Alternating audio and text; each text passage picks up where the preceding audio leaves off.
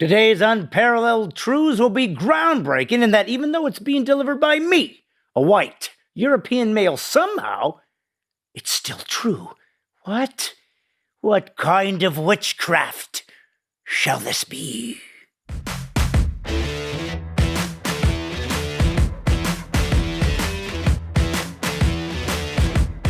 Hey folks, it's God's Comic Brad Stine, and you know what?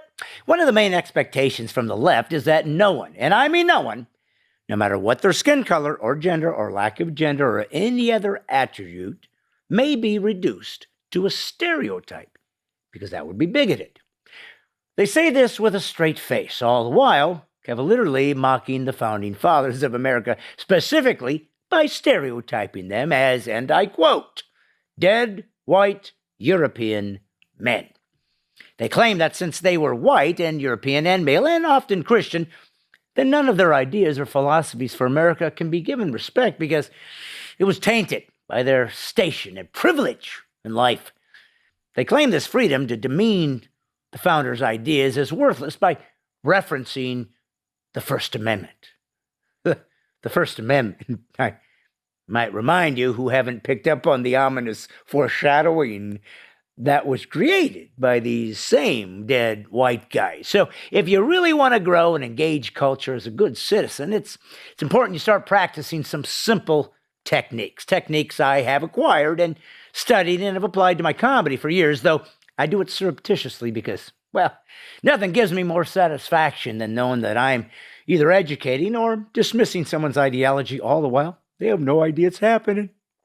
Professor at Dallas Theological Seminary, Ramesh Richards, once watched my show and he said, I appreciate your subversive evangelism. That definitely lands in my top 10 category for compliments I'm proud of. Anyway, back to educating those that don't want to be. One simple but crucial technique when you're engaging someone who is postulating an idea is to always take a moment to identify the presupposition that's undergirding their foundational philosophy. Or, in layman's terms, what do they mean by that last statement? Remember, anyone that claims any knowledge or perspective about anything is presuming they're right about how they see things. Let me give you a real-time example. Often, people whose philosophy originates from leftist thought will have a handful of buzzwords they use to dismiss ideas or people they deem unworthy of serious consideration. One of the go-to guys that they enjoy dismissing, as I said, is the Founding Fathers.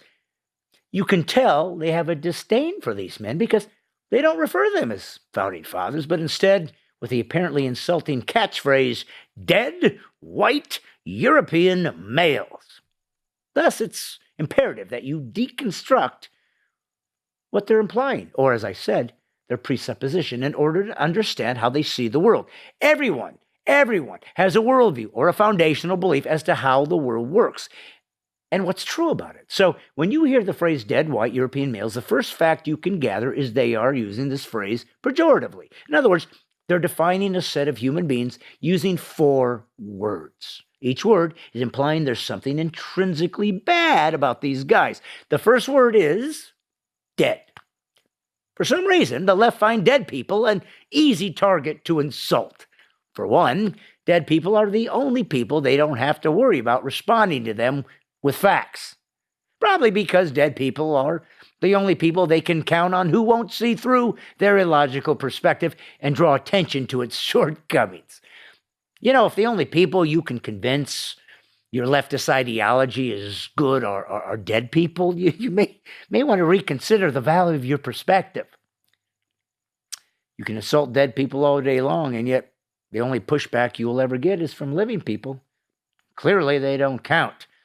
But what's intrinsically bad about dead people? Why is being dead a disqualification for having something they left behind that might be useful to the living?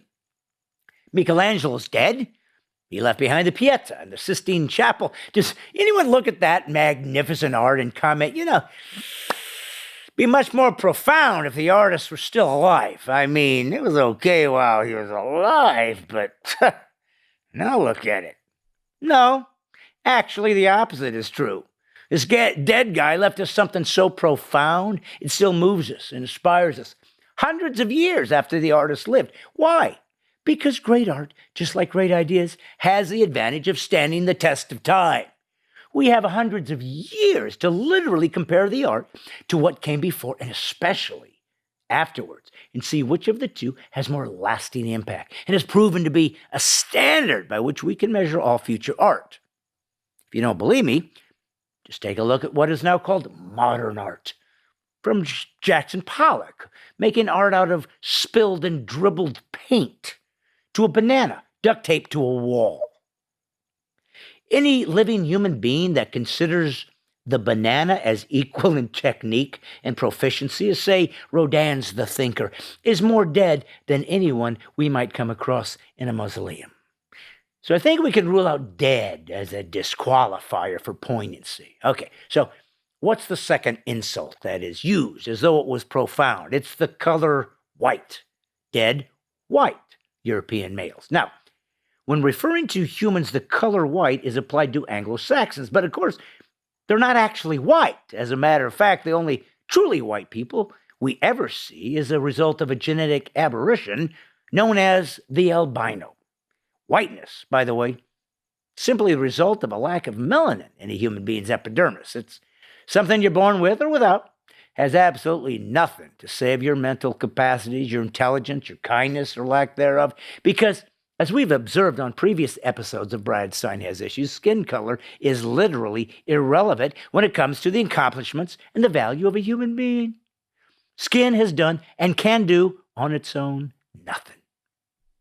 It's only an earth suit used to contain the human organs, which includes the brain, which is used for drawing conclusions and philosophies and ideas. So when you hear someone use the term white to describe a human with disdain, you're listening to the words and thoughts of a racist human being, no matter what color they come in.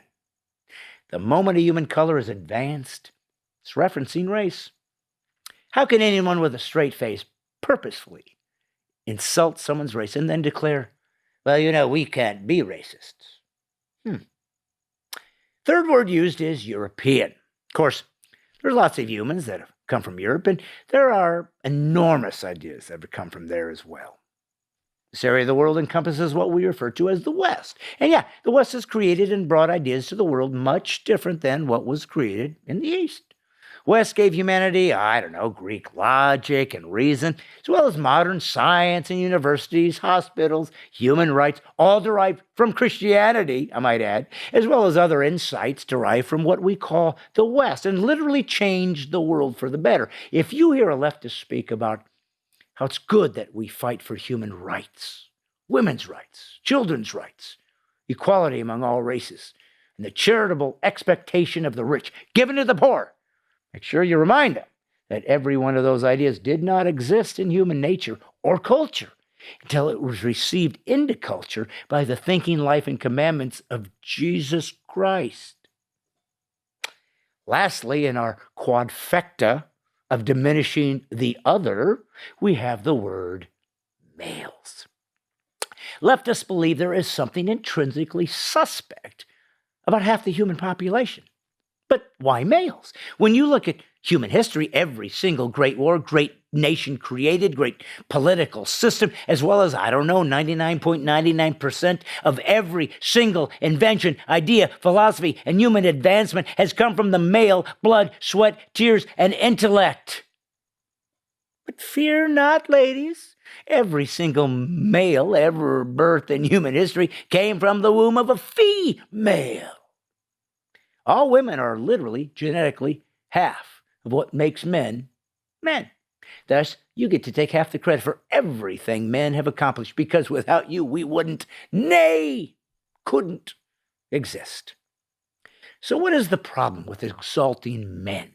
Because the left has been taught that men have always been simply brutes, misogynistic cads who've oppressed women and confined them to the kitchen and the bedroom, when clearly all ancient women's secret desire was to earn a degree in women's studies. This episode doesn't have time to go into the myth that women hated their lot in life, but instead relished and took maximum pride in their role as ruler of the household. It's for another time, but for now, let me send you on your way with this. The next time you hear someone berate the Founding Fathers as racists and misogynists, just ask them this question. Hey, just curious, do you enjoy the freedom of speech and liberty to malign, slander, and frankly, lie about a unique group of men who created the greatest nation in history, and while doing so, you never have to fear someone shooting you or jailing you or deporting you or censoring you for those idiotic views? If you appreciated the First Amendment, like you say, well, you can thank the Founding Fathers who invented it. Maybe there's something noble to be said about dead, white, European males. PC free is liberty. Hey folks, could you do this live white European male a favor and subscribe to my YouTube channel? Brad Stine Has Issues. I don't care what format you're watching now. Go to YouTube, Brad Stine Has Issues. Subscribe now. Like, share. Might do you some good.